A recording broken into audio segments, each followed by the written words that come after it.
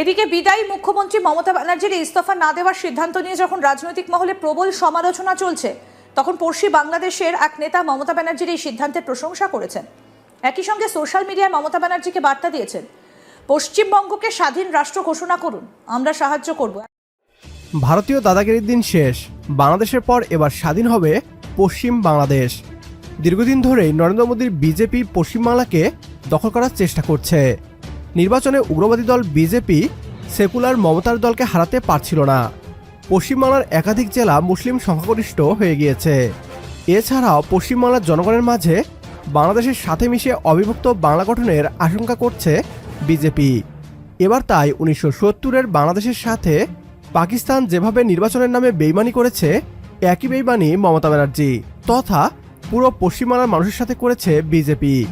এবার কি তাহলে বাংলাদেশের মতোই পশ্চিমবাংলাও স্বাধীনতা যুদ্ধে ঝাঁপিয়ে পড়তে চলেছে বাংলাদেশের সহায়তায়? এ নিয়ে কি বলছে পশ্চিমবাংলার মিডিয়া, আসুন তা দেখি। পশ্চিমবঙ্গের 2026 বিধানসভা ভোট খুবই গুরুত্বপূর্ণ ছিল। সারা দেশ থেকে তো বটেই, এমনকি আন্তর্জাতিক মিডিয়ারও নজর ছিল এবারের বাংলার ভোটের দিকে। পরিবর্তন নাকি প্রত্যাবর্তন, কোন তত্ত্বের শিলমোহর দেবেন রাজ্যের মানুষ, এই নিয়ে জল্পনার অন্ত ছিল না। শেষ পর্যন্ত দু দফায় ভোটে 90%-এরও বেশি ভোট পড়ায় সরকার বিরোধিতা স্পষ্ট বলে দাবি করে তৎকালীন প্রধান বিরোধী দল বিজেপি। অন্যদিকে শাসক দল তৃণমূল কংগ্রেসের যুক্তি ছিল, রাজ্যের বিদায়ী মুখ্যমন্ত্রীর এতগুলো উন্নয়নমূলক প্রকল্প দিয়েছেন মমতা ব্যানার্জি, তাই রাজ্যের মানুষ এসআইআর-এর জবাব দিয়ে চতুর্থবারের জন্য জোড়া ফুলের সরকারকেই ক্ষমতায় আনবে। কিন্তু ভোট গণনার দিন সকাল থেকে সময় যত এগিয়েছে ট্রেন্ড স্পষ্ট হতে থাকে, আর সেটা হলো তৃণমূল সরকারকে কার্যত ত্যাগ করে বিজেপির সরকার গঠনের পক্ষেই রায় দিয়েছেন রাজ্যের মানুষ। কিন্তু দিনভর টানটান উত্তেজনার পর ঘোষণা করা হয়, ভবানীপুর কেন্দ্রে শুভেন্দু অধিকারী 15,000-এরও বেশি ভোটে মমতা ব্যানার্জিকে হারিয়ে দিয়েছেন। আর এই কেন্দ্রের চূড়ান্ত ফল ঘোষণার আগেই মমতা ব্যানার্জি সাখাওয়াতের গণনা কেন্দ্র থেকে বেরিয়ে অভিযোগ করেন ভোট লুট করা হয়েছে, তাকে মারধর করা হয়েছে।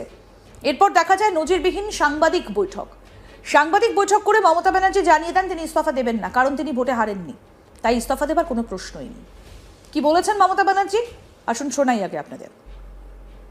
জন্য আমরা তো হারিয়ে নিয়ে যাব, হারলে আমি যদি শপথ নিতে যেতাম তাহলে আমি রেজিগনেশনটা করতাম।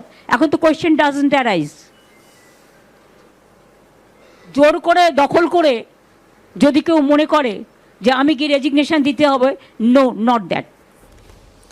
এদিকে বিদায়ী মুখ্যমন্ত্রী মমতা ব্যানার্জির ইস্তফা না দেওয়ার সিদ্ধান্ত নিয়ে যখন রাজনৈতিক মহলে প্রবল সমালোচনা চলছে, তখন পড়শি বাংলাদেশের এক নেতা মমতা ব্যানার্জির এই সিদ্ধান্তের প্রশংসা করেছেন। একই সঙ্গে সোশ্যাল মিডিয়ায় মমতা ব্যানার্জিকে বার্তা দিয়েছেন, পশ্চিমবঙ্গকে স্বাধীন রাষ্ট্র ঘোষণা করুন, আমরা সাহায্য করব। একবার ভাবুন, একজন পড়শি দেশের এক নেতা বাংলার বিদায়ী মুখ্যমন্ত্রীকে বলছেন পশ্চিমবঙ্গকে যুক্তরাষ্ট্র হিসেবে ঘোষণা করতে। প্রসঙ্গত, শুভেন্দু অধিকারী কিন্তু দীর্ঘদিন ধরে প্রকাশ্য সভায় অভিযোগ করে আসছিলেন রাজ্যে জামাতের সরকার চলছে। মমতা ব্যানার্জি এই রাজ্যকে দ্বিতীয় বাংলাদেশ বানাতে চান। বাংলাদেশের নেতার নাম নুরুল হুদা ডিউ। ভারতের পশ্চিমবাংলার 10 জেলা মুসলিম সংখ্যাগরিষ্ঠ হয়ে গিয়েছে।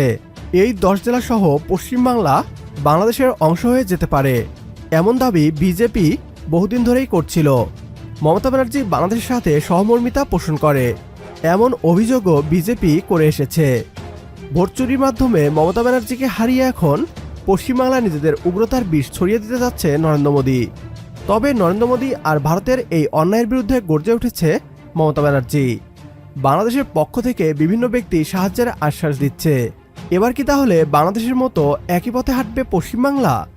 মমতা ব্যানার্জি পশ্চিমবাংলাকে স্বাধীন করার ঘোষণা করলে বাংলাদেশের সাহায্য করা উচিত কি না তা কমেন্ট করে জানিয়ে দিন আমাদের।